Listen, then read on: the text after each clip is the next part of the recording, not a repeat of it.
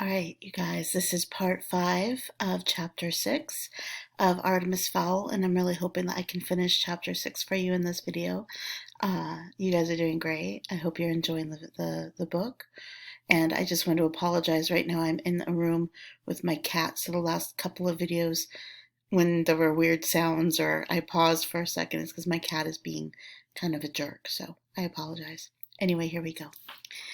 And, said Root suspiciously, well, there have been accidents. Tell me, Foley. Our agents keep forgetting they have it on. Meaning they shoot themselves. Foley nodded miserably. One of our best sprites was picking his nose at the time. 3 days on the critical list. Root rolled the memory latex onto his index finger, where it immediately assumed the shape and flesh tone of the host digit. Don't worry, Foley, I'm not a complete idiot. Anything else? Foley unhooked what appeared to be a false bottom from the equipment rack. You're not serious. What does that do? Nothing, admitted the centaur, but it gets a great laugh at parties. Root chuckled. Twice. That was a major lapse for him. Okay, levity over. Are you going to wire me? Naturally. 1 iris cam. What color? He peered into the commander's eyes. Mud brown. He selected a small vial from the shelf and removed the electronic contact lens from a fluid capsule. Plucking Root's eyelid with thumb and forefinger, he slotted in the iris cam. That might irritate you. Try not to rub it, or it could end up in the back of your eye. Then we'd be looking into your head, and there's nothing interesting in there, heaven knows. Root blinked, resisting the urge to knead his watering eye. That's it? Foley nodded. That's all we dare risk. The commander agreed reluctantly. His hip felt very light without a tri-barreled blaster dangling from it. Okay, I suppose this amazing dart finger will have to do. Honestly, Foley, if this blows up in my face, you'll be on the next shuttle back to Haven. The centaur snickered. Just be careful in the toilet. Root didn't laugh. There were some things you didn't joke about. Artemis's watch had stopped. It was as though Greenwich wasn't there anymore. Or perhaps, mused Artemis, we're the ones who have disappeared. He checked CNN. It had frozen. A picture of Riz Khan jittered slightly on the screen. Artemis could not hold back a satisfied smile. They had done it, just like the book said. The LEP had stopped time, all according to plan. Time to check out a theory. Artemis wheeled over to the monitor bank and punched up the MAM cam on the 70-centimeter main monitor. Angeline Fowl was no longer on the Chase Lounge. Artemis panned around the room. It was empty. His mother had gone. Disappeared. His smile widened. Perfect. Just as he'd suspected. Artemis switched his attention to Holly Short. She was banging the bed again. Occasionally she would rise from the mattress, pounding the wall with her bare fists. Maybe it was more than frustration. Could there be method in her madness? He tapped the monitor with a slim finger. What are you up to, Captain? What's your little plan? He was distracted by a movement on the Avenue monitor. At last, he breathed. The games begin. A figure was advancing down the avenue, small but imposing nonetheless, unshielded too. Finished play-acting then. Artemis punched the intercom button. Butler, we have a guest. I'll show him in. You get back here and police the surveillance cameras. Butler's voice came back tinny through the speaker. 10-4, Artemis, on my way. Artemis buttoned his designer jacket, paused at the mirror to straighten his tie. The trick to negotiation was to hold all the cards going in, and even if you didn't, to try to look as though you did. Artemis put on his best sinister face. Evil, he told himself. Evil, but highly intelligent, and determined. Don't forget determined. He put a hand on the doorknob. Steady now. Deep breaths, and try not to think about the possibility that you have misjudged the situation and are about to be shot dead. 1, 2, 3. He opened the door. Good evening, he said, every inch the gracious host, albeit a sinister, evil, intelligent, and determined one. Root stood on the doorstep, palms up, the universal gesture for, look, I'm not carrying a big murderous weapon.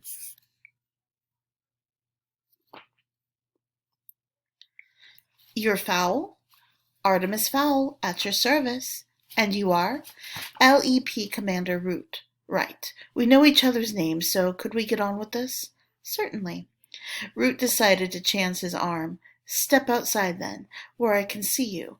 Artemis's face hardened. Have you learned nothing from my demonstrations? The ship? Your commandos? Do I need to kill someone? No, said Root hurriedly. You only meant to lure me outside where I could be snatched and used to trade. Please, Commander Root, raise your game or send someone intelligent. Root felt the blood pump through his cheeks. Now you just listen to me, you young...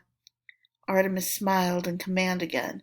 Not very good negotiation techniques, Commander, to lose your cool before we even get to the table. Root took several deep breaths. Fine, whatever you say. Where would you prefer to conduct our talks? Inside, of course. You have my permission to enter, but remember, Captain Short's life is in your hands. Be careful with it. Root followed his host down the vaulted hallway. Generations of fowls glared down at him from classical portraits. They passed through a stained oak doorway to a long conference room. There were 2 places set at a round table, complete with pads, ashtrays, and water jugs. Root was delighted to see the ashtrays and immediately pulled a half-chewed cigar from his vest. Maybe you're not such a barbarian after all, he grunted, exhaling a huge cloud of green smoke. The commander ignored the water jugs, instead pouring himself a shot of something purple from a hip flask.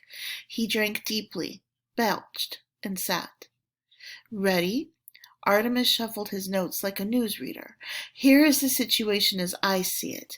I have the means to expose your subterranean existence, and you are powerless to stop me.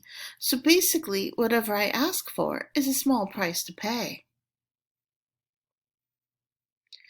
Root spat out a shred of fungus tobacco.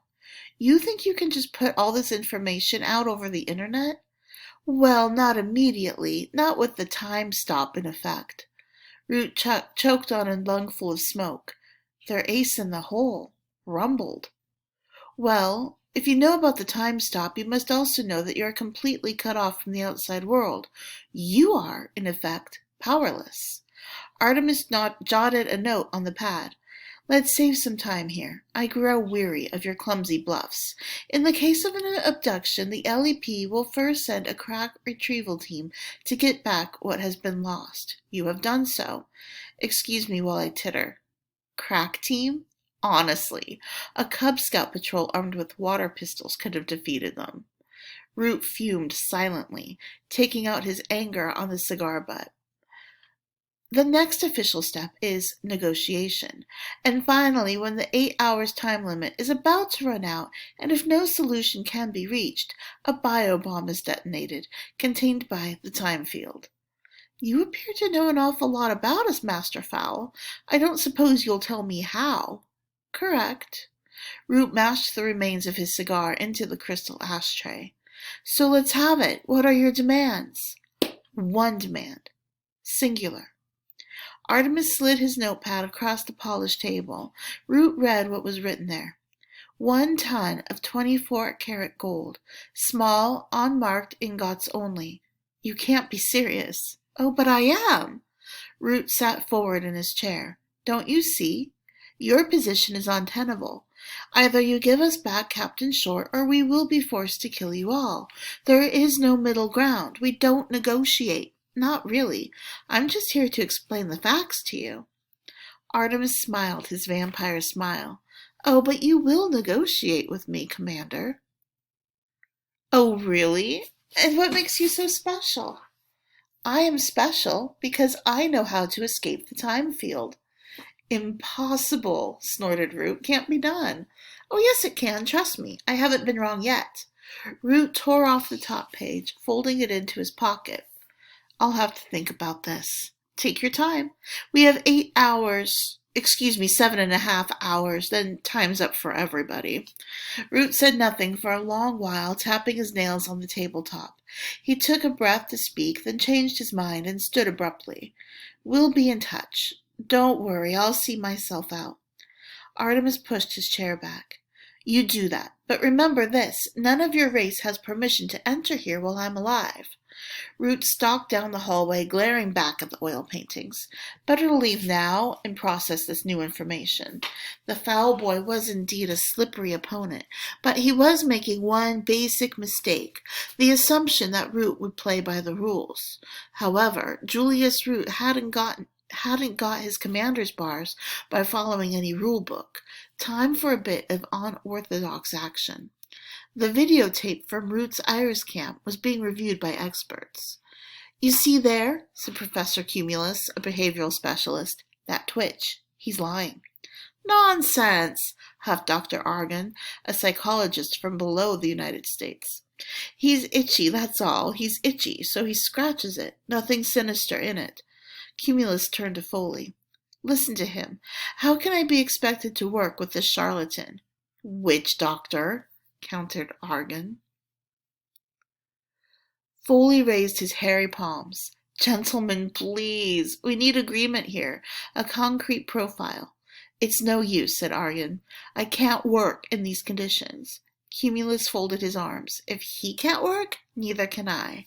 Root strode through the shuttle double doors. His trademark purple complexion was even rosier than usual. That human is toying with us. I will not have it. Now what did our experts make of the tape? Foley moved slightly to the side, allowing the commander a clear run at the so-called experts. Apparently they can't work in these conditions.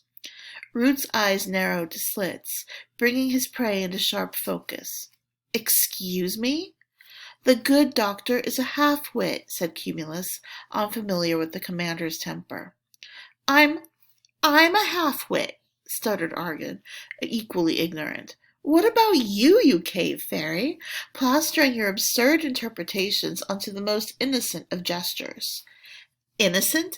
The boy is a bag of nerves, obviously lying. It's textbook. Root slammed a clenched fist onto the table, sending a spider's web of cracks scurrying across the surface. Silence! And silence there was, instantly. Now you two experts are on handsome retainers for your profiling work, correct? The pair nodded, afraid to speak in case that broke the silence rule. This is probably the case of your lives, so I want you to concentrate very hard. Understood? More nods. Root popped the camera out of his weeping eye. Fast forward it, Foley, towards the end. The tape hopped forward erratically. On screen, Root followed the human into his conference room. There, stop it there. Can you zoom in on his face? Can I zoom in on his face? Snorted Foley. Can a dwarf steal the web from under a spider? Yes, replied Root. That was a rhetorical question, actually.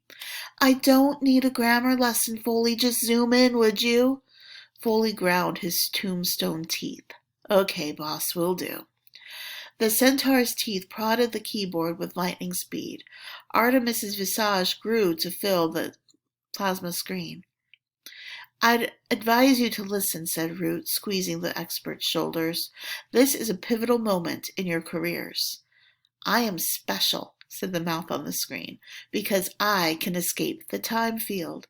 Now tell me, said Root, is he lying?